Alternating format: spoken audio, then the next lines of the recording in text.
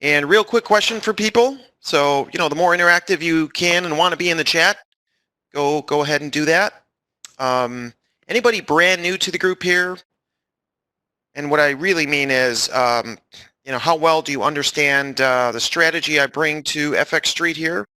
Supply and demand. Okay. All right. New or struggling is okay too. We'll get there. Second live session. All right.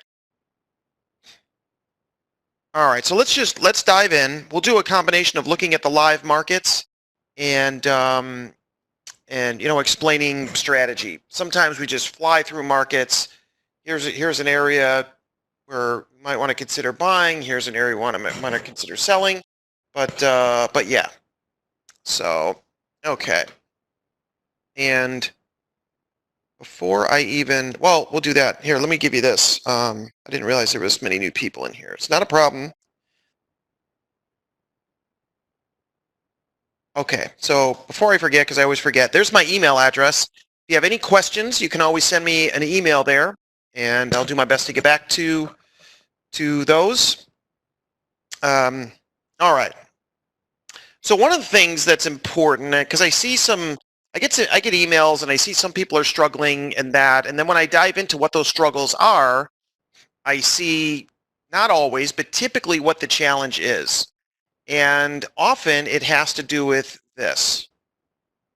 Yeah, we can certainly do that, Michael. And if I forget, just remind me, but we'll do that when we identify some trading opportunities in a few minutes. So one of the things I see that keeps happening is, I developed a strategy many years ago on the trading floor at the Chicago Mercantile Exchange. And really, the original version of the strategy, which is what I give you here. And again, here we never have like big lessons. We just kind of go over it, right, and apply it. But what I see is there's a lot of people since then that have come along, and many have been students from time to time, but now there's different versions of supply and demand. You have different people teaching supply and demand and building supply and demand things. The challenge is most of those people did not actually, and I'm not beating anybody up here, but the challenge is most of those people didn't actually do the work to understand how it really works. So now what happens is you get so many copycats out there, you get lots of different versions, right? And so what I want to do is try to help you keep it, really simple, back to basics, focus on the very, very few things that you need to focus on, right? Okay. So again, and I see a couple comments in the chat. For example, Mark, welcome, by the way. I see you only personally use trend lines and horizontal support resistance. Okay. So supply and demand is very different from support and resistance, and we don't use trend lines, and that's okay. It's okay that you do. But I want to. My comment is I want to explain why and what the difference is. Okay. And as soon as we get through some of this, we'll dive right into the markets, and we'll keep going and just looking at markets and supply and demand and all that. I'll never forget the first time someone introduced conventional technical analysis to me with trends and trend lines and support resistance and all the chart patterns and indicators and oscillators and all that stuff. So when I first saw that stuff, it didn't make any sense to me because the entries and exits into the markets were almost opposite of what I was doing and what people like me were doing. Okay? So let me give an example, right? Let's just talk about the basic definitions of support and resistance, right? That most people use in their trading, trends and support and resistance. The major flaw, I mean, there's a number of major flaws with just conventional support and resistance, even though it's like in the trading, basically Bibles out there, right? Think about it. To draw a support line, to have a support line, how many points do you need on a chart? How many pivot lows do you need on a chart to draw a support line? All right, Alfredo's saying 2 minimum. Nolte's saying 2. Yeah, so 2 or 3, right? Okay, so at least 2, we could probably all agree with that. Now, if you think about it, every time price comes down and you have that pivot, those pivot lows, so now you have 2 or 3, now you can draw that line. What are you supposed to do the next time price comes back to the line you just drew, which is called support? What are you supposed to do? You're supposed to buy. Exactly, right? It's in every trading book and course ever written. Exactly. There you go, Alfredo. Be nice. I'm just kidding. So, but think about it. Now let's have the conversation through the eyes of how the markets really work. Okay? Meaning, those pivot lows are there because there's some demand there, right? I think we can all agree with that. There's demand there, and demand exceeds supply. That's the only reason you can have those pivot lows. So now you have 2 or 3 of those into that area of demand. What's happening to the amount of demand as that picture that represents support is being created? What's happening to the amount of demand? Is it increasing or decreasing? It's decreasing. Those buy orders are getting filled. So the next time price comes down, you're supposed to buy, we're supposed to buy. That setup literally forces you to wait and then take the high risk, low probability trading opportunity or investing opportunity. Does that make sense? What that's saying is don't buy when the probability is stacked in your favor. Wait until the buy orders are gone or reduced and then buy. Does that make sense? And listen, I am never going to claim to be smarter than anybody else. The only reason why I think this way is because, and I figured this stuff out, is because I started my career on a trading floor with real buy and sell orders from some of the biggest banks and financial institutions in the world. So you see how it really works. And anyone around me would be telling you the exact same thing I do, right? I didn't create any of this as supply and demand. It's been around forever. This is just happens to be how the markets work. Had I not learned that way and had that experience, I'd be reading books and thinking like everybody else, right? Remember, there's a reason why most traders lose money and most long-term investors never come close to achieving their financial goals. There's also a reason why banks and financial institutions are right in their decision-making process most of the time, and as a whole tend to make a lot of money. Remember, there's 2 groups at play here, one that does very well and one that doesn't. And they're both buying and selling in the same market. So you need to figure out what is one group doing that the other group isn't. Does that make sense? Okay. So, and that's the focus here. That is the focus. Now, why do, the supply and demand levels that we focus on here aren't just any old supply and demand levels. We want to focus on the significant levels where there's a huge imbalance. And for that, and those are the footprints of big banks and financial institutions where they're buying and selling. Does that make sense?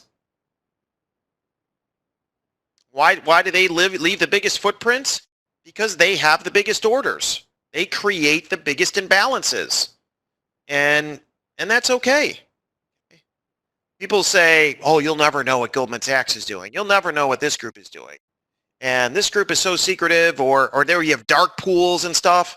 No, all that stuff is reflected on the chart, all of it. Okay? All right, let me just catch up in the chat here.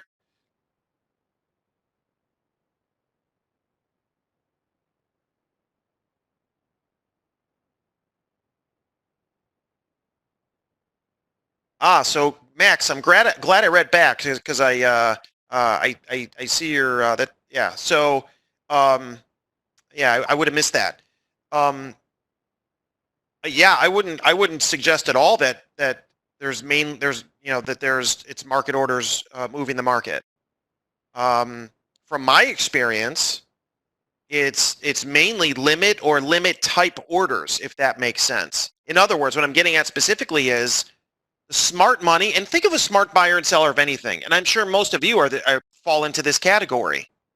If you have something you want to buy, and you're someone who does your research, and you look up on the internet, what the best price is for whatever you're looking to buy, maybe it's some electronic, maybe it's a computer, television, car, home, you name it. You're someone who really does your research, okay?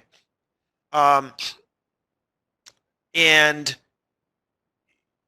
so you know what a good price is for the product that you want to buy. What most people like that will do is they'll say, okay, that's what I'm paying for that product, and I'm not going to pay a penny more for it, right? I mean, do we have people in our group that focus like that? Does anybody use coupons to buy things or wait for things to go on sale? If you do that, okay, so most people that do that don't tend not to have big money problems, right? I'm not saying everyone that does that is super wealthy, but people that do that tend to be smart buyers and sellers of anything. People that have money and attain that wealth, the right way, like legally and all that, and follow the rules, they tend to make those types of decisions.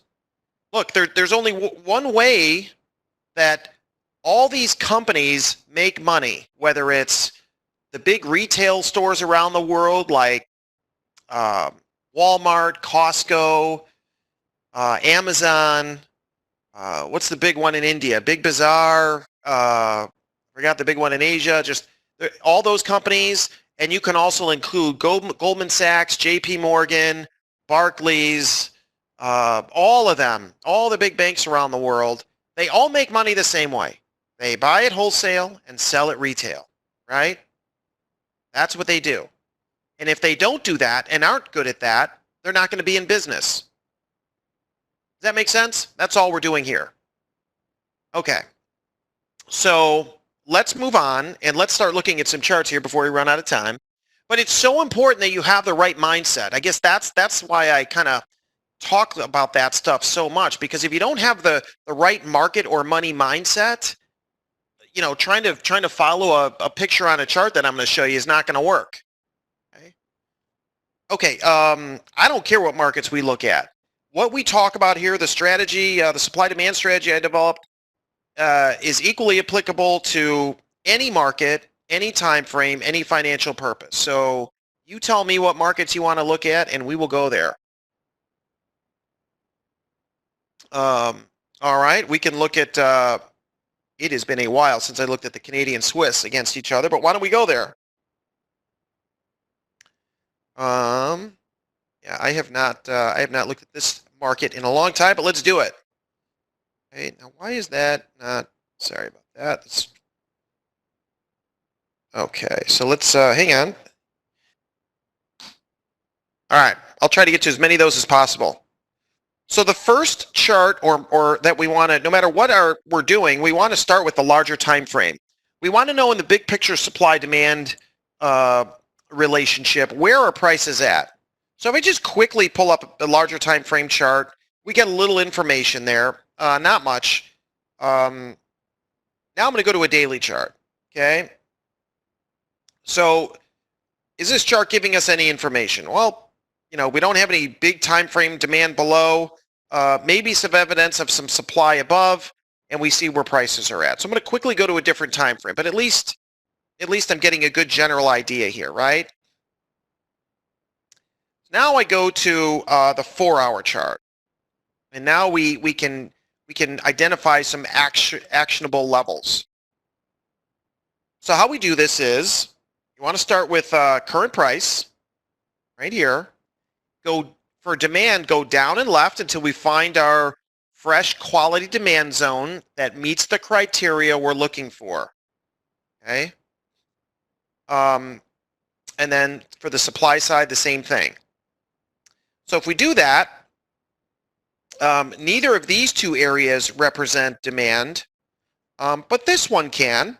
Right? This one would probably meet the criteria. Let's deal with it for a minute here. Very mechanical way that we place our proximal and distal lines here in the demand zone. Okay. And there's that.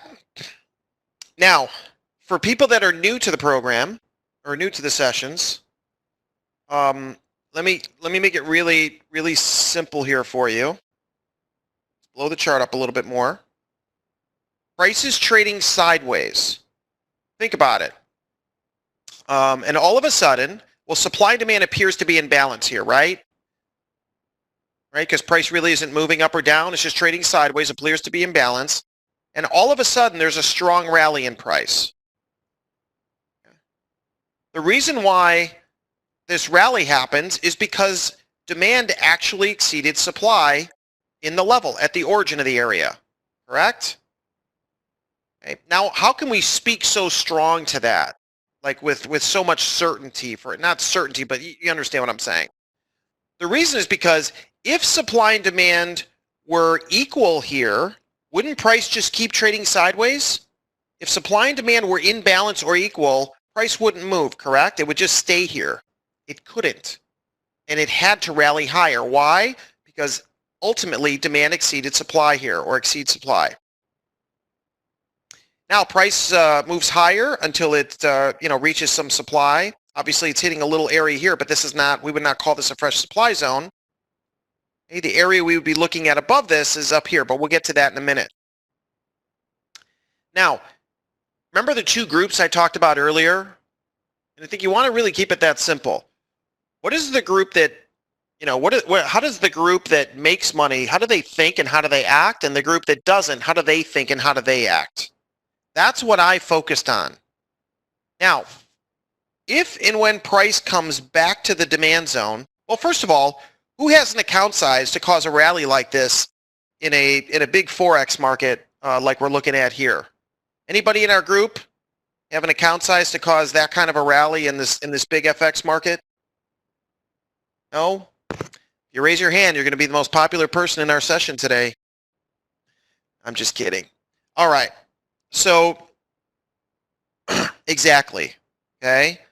So it's a significant, maybe it's, and it's not just one person or one group, right? But collectively, banks, financial institutions had way too much to buy here, and there wasn't enough supply to get all those orders filled at that level. That's why price goes higher. Okay. Next, if and when price comes down to the level, okay, so we have an idea of who's on the buy side down here at this price. Now let's talk about the sell side. Who would the seller be down here? More importantly, to keep it simple, let's look at the actions of who would be selling down here if and when price comes back. Well, the actions are this. First, price would be falling, so that seller would be selling after a drop in price. Not a smart thing to do. And number two, they'd be selling at a price level where the chart already told us demand exceeds supply, right? Okay, if you sell after a drop in price, if your strategy is to consistently sell after declines in price and sell at price levels where banks and financial institutions are buying, what do you think your winning percentage is going to be? Is it going to be high or is it going to be low? Or maybe the better question is, what's your losing percentage going to be, right? Can you think of a worse time to sell in this market? Is there a worse place to sell? And if the answer is no or something close to no, maybe you just found the best place to buy, right? So, and again, I don't want to over-explain. We got to keep it simple, but so think about what happens when price comes back here. That's where you, at that moment, have the two groups matched up against each other. The group that consistently makes money and the group that consistently doesn't. Does that make sense? The goal of these sessions is to help you stop thinking and acting like a retail trader and investor or a novice trader and investor and start thinking and acting like a bank or financial institution. Does that make sense? The vast majority of people around the world are on the wrong side of that equation when it comes to the right money mindset or market mindset. Pip, Pip, I see your question there. I guess it depends it depends if you're focused on fresh supply and demand levels. Look, a lot of people are focused on pivot lows as demand and pivot highs as supply. I would expect many losses with, if someone is focused on that, because prices should go through those levels. Okay, if you're focused on fresh supply and demand zones, right? Fresh meaning prices haven't come back, you should have a much higher winning percentage. Okay, it also depends on your profit zone. Okay, so let's get some supply in here, and then we can focus on profit zone. Hopefully this is helpful. I know we're going kind of slow. I know we have some new people to the group. So here is a supply zone without looking at too much information here. Right, I don't want to look at another couple time frames. I don't want to explain all this to you. Okay, so the distance between supply and demand is our profit zone. Okay, and Pip R, more to your question there, the distance, the greater the distance between your supply and demand zone, right? The greater the profit zone, the higher the probability your trade is likely to be. Okay? Does everybody understand why? The further out you go on the supply-demand curve, the more demand and supply is out there, if that makes sense. I have a lot of screenshots that and kind of lesson-based stuff I can share with you, but I don't have it. I didn't bring it for this session, but we can do that another session. Actually, I believe we have another session coming up in a week or two, but I'm not sure. Our friends at FX Street can help us with that information. Navjet is asking a good question. Should we worry about supply that's being created on the way down to a demand zone? Typically the answer is no, because there would have, if that is, let's say, a new supply zone, let's say price comes back down, or let's say price goes up to this supply zone, and right now we're thinking we're good, we want to sell short here. But I think one of the questions in the chat is, well, what happens if a new demand zone develops on the way up? The answer is that's not likely. A new demand zone developing that we should worry about is not likely. Why?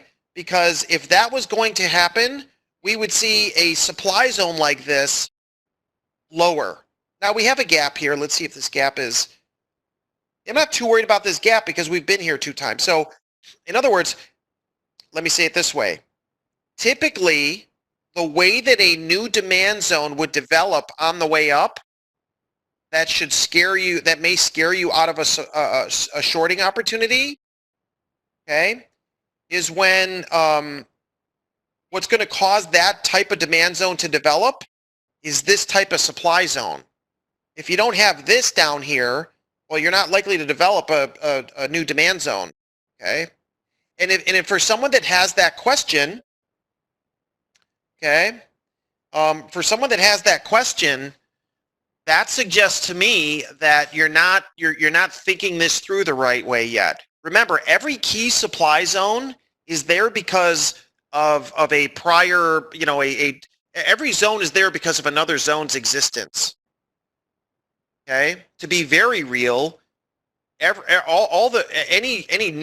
demand that you see is new demand is there because of supply that was there prior to that.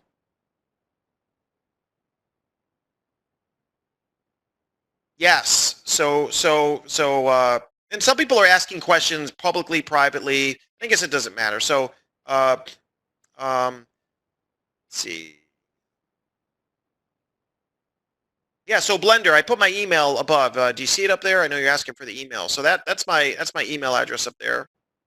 Yeah. So a level that, a level that, here, let me put it this way. You see the supply zone up here that we put in the chart, that I put in the chart?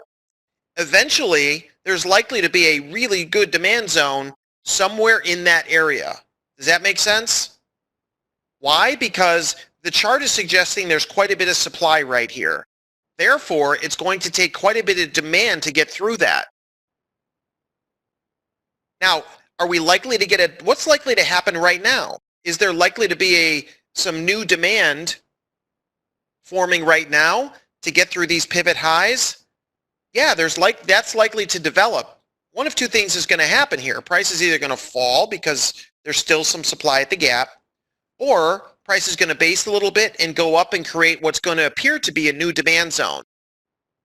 But here's the catch. Because price has been up to this gap supply once, twice, maybe even almost close to 3 times this area, there's not likely to be that much supply left. So it's not going to take a lot of demand to cause that to happen. Therefore, I wouldn't be too worried about this demand if a demand zone develops here. Does that make sense? All right. And let me do this. Let me see.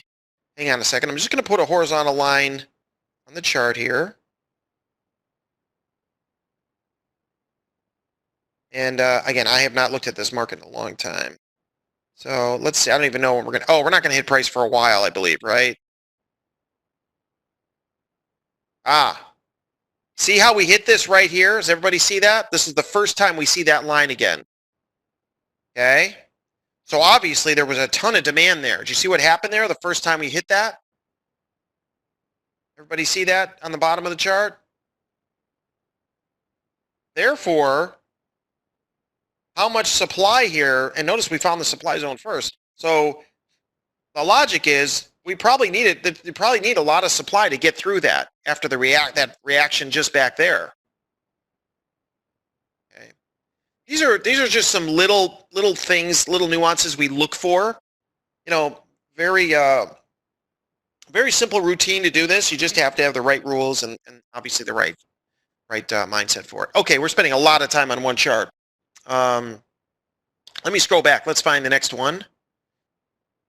Now, one last thing. Knowing where these levels are likely to be on the larger time frame, which we have here, we can then, because price is somewhat in the middle, we can then go down to, if let's say you wanted to day trade this market. Well, now we know that we're not near larger time frame demand or supply. So small time frame supply or demand zones that come up on a obviously little time frame should be okay as long as they meet our criteria. But the closer we get to one of these bigger picture levels, that scenario changes. All right, let's see what the next one on the list here was. We've got the euro, oil. Oil's bouncing off one of our zones here this morning. Let's keep going here. So yeah, let's get to the euro, and I believe we'll focus probably on the 4-hour chart there. Little side note on the euro, it's just nearing, it kind of came into a supply zone we had on the daily, and it's sort of backing off that. You can see that down there. But having said that, let me take you to, let's see, there was a time frame, this one.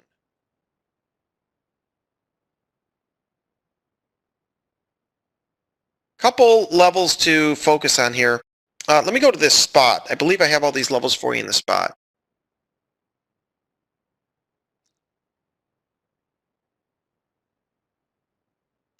Yeah, so this area we got close to this morning. Now, before I show you this, though, let me give you some bigger picture context.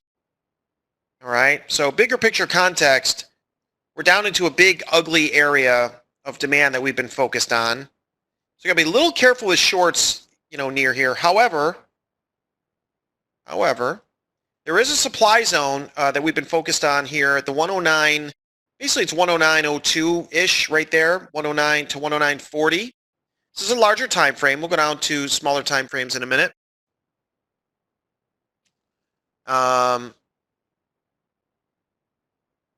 yeah, there you go. So you see how price barely touched that level a couple times here and had trouble getting back there? That also leads to the assumption that there's a decent amount of supply up there. Okay?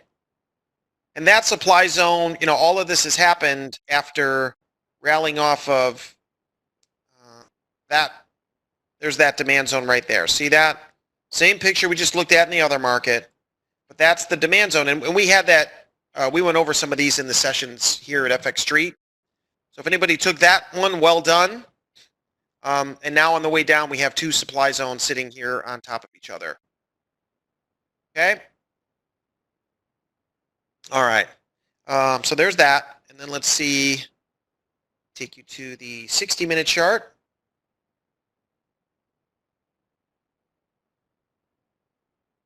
No, we didn't have that there. Okay. Let me see this. Okay. So I also have a screener that sometimes I'll use it to identify opportunities. Let me see if I can have any here. Hold on. Ah, so here's a little tiny, this is a day trading opportunity, but so the screener did find a couple nice areas in the euro. So let's go back to our charts here. That's an automated tool I built a while back. And again, I know there's some other automated tools that people have built around supply and demand. The problem is they're built off of um, not the right rules. So anyway, wanted to just check with that, but I did see that little demand zone down there. So let's go find that here. All right, go back to the screener for a minute. So that's the 108.30.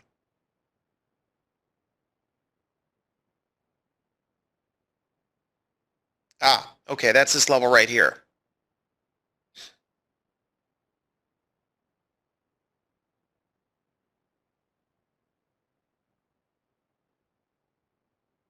So let me just get this in here for you.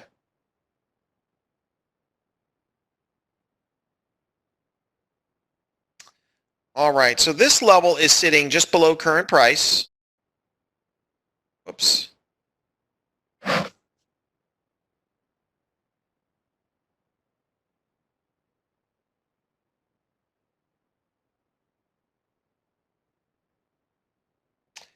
Des Jackson, yeah. So I put my email address in there above. You can always email me if you want. Yeah, there is. We try to get as much of that out here in the FX Street sessions as we can. And there's lots of videos, but yeah, let's keep going over this, and then hopefully you can get a more better understanding. And again, for those that came late to the group, again, all we're doing here is applying a strategy that is just based on how the markets really work. I developed it many years ago. And if you think about it, if you really understand it, it's, the movement of price in any and all markets is a function, right, of a simple supply and demand relationship, low risk, high reward, and high probability opportunity is present when this simple and straightforward equation is out of balance. Does everybody understand that? That's what it is. Okay. Max, which one are you referring to? So notice I didn't take this one. See this one right here? I didn't choose this one because it's not fresh anymore. That, right? Not fresh. Let's go right here. Okay. Great level. Was working out, fine. But it's not fresh anymore. So I want to go where the fresh stack of buy orders is, the fresh demand is. Okay. All right, let me go to another chart here real quick.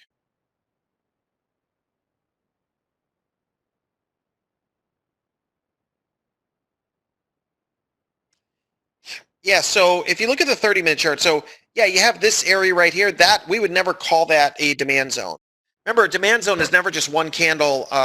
We would never use one candle as a demand zone. If we did, everything would look like a demand zone. I mean, we'd have supply and demand zones everywhere.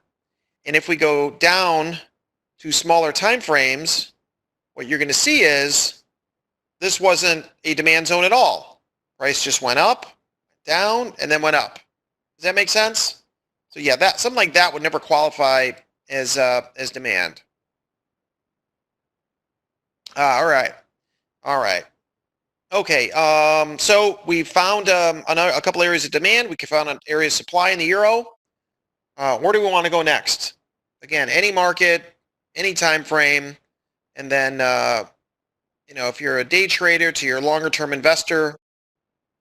Let me scroll back here. I know. Oh, people want to look at oil, gold, the S&P. Yeah, so we can look at the S&P. Sure.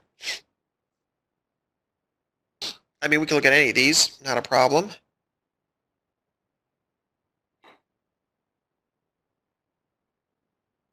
Well, it looks like the S&P is coming into a little area here. All right. Um,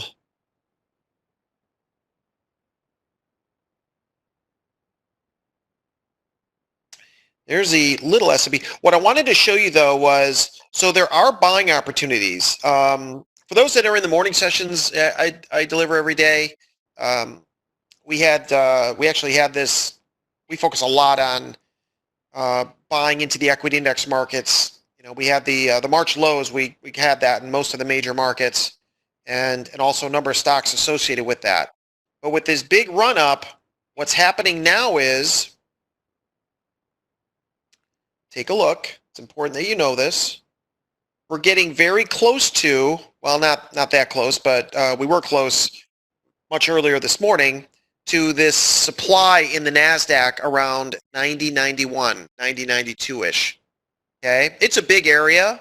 So, but remember, we've had this big run up. We've gone over this area and others in these sessions. But now this big run up has gone through the big profit zone that we had.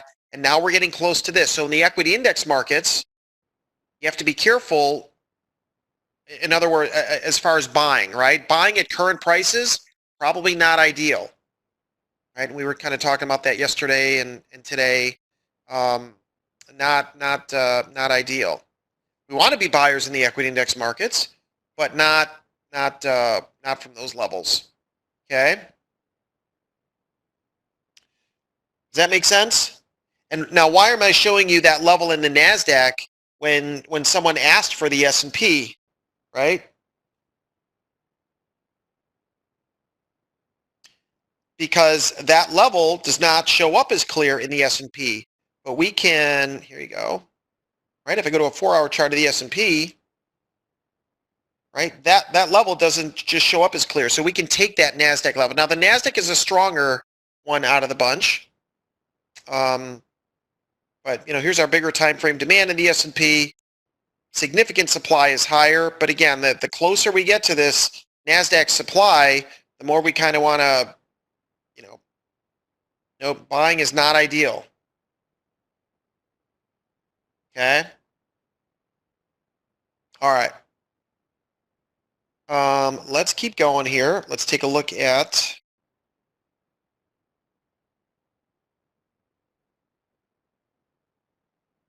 Here's the dollar.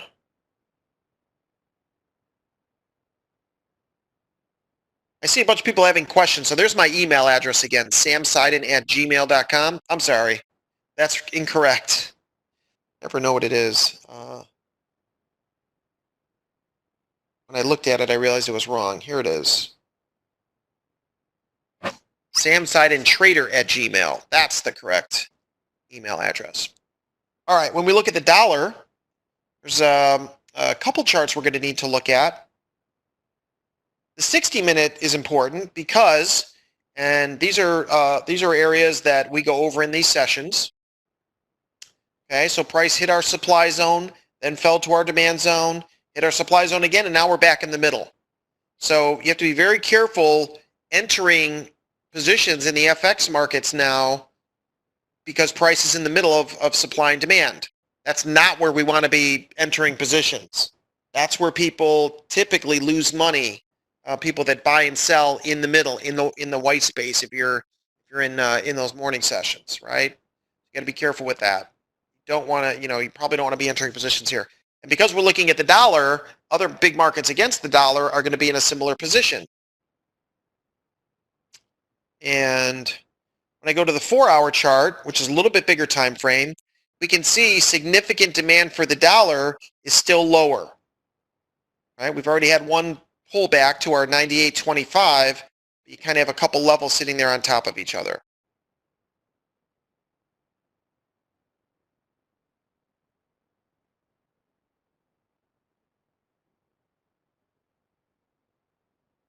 All right, let's move on to oil and let's see. Where's our 30-minute chart? Is this where we have our levels? Oh, we have some supply zones there. Let me find the demand zones. So let me get this down to let's see here. Not that one. I thought there's here. We came down into our okay. So we came down our demand zone. We're well off that now. So Yeah, probably not much to look at in oil at the moment, only because it just, again, it just kind of came off our, it did come off our demand zones. So is anybody here in the morning sessions with us? So we had this area down here just below all that.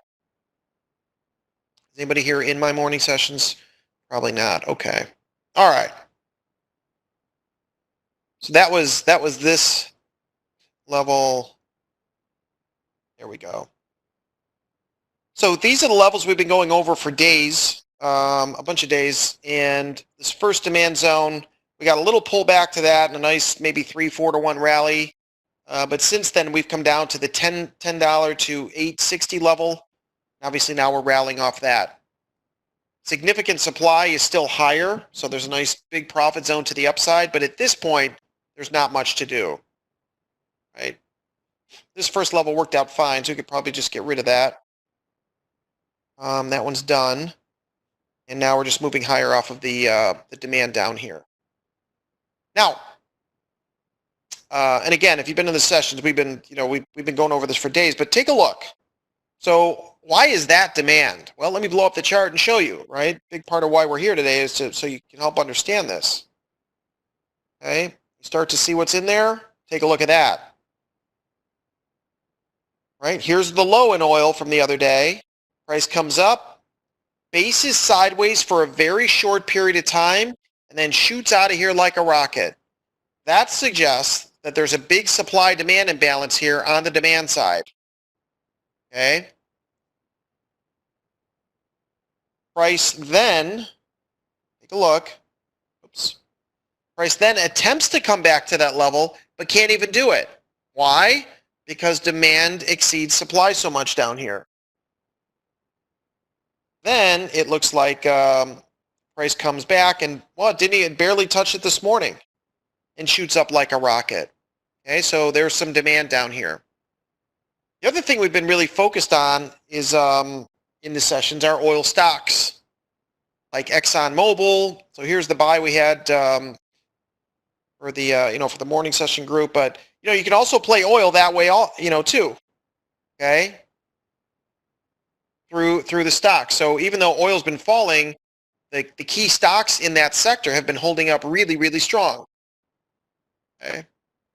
Yeah, no, I know we're out of time. These sessions usually go about 45 minutes. So, yeah, it was great to be with you. And again, for those that understand and been in the sessions, my apologies for going so slow, but we had a bunch of new people in the session, so I wanted to make sure they had a general understanding of what we're talking about, and we get some good levels out there, and there you go. All right, have a great day, everyone. Again, if you have any questions, comments, anything like that, you have my email address, and there are more videos and stuff like that on FX Street's website. So we'll see you next time. All right. Have a great day, everyone.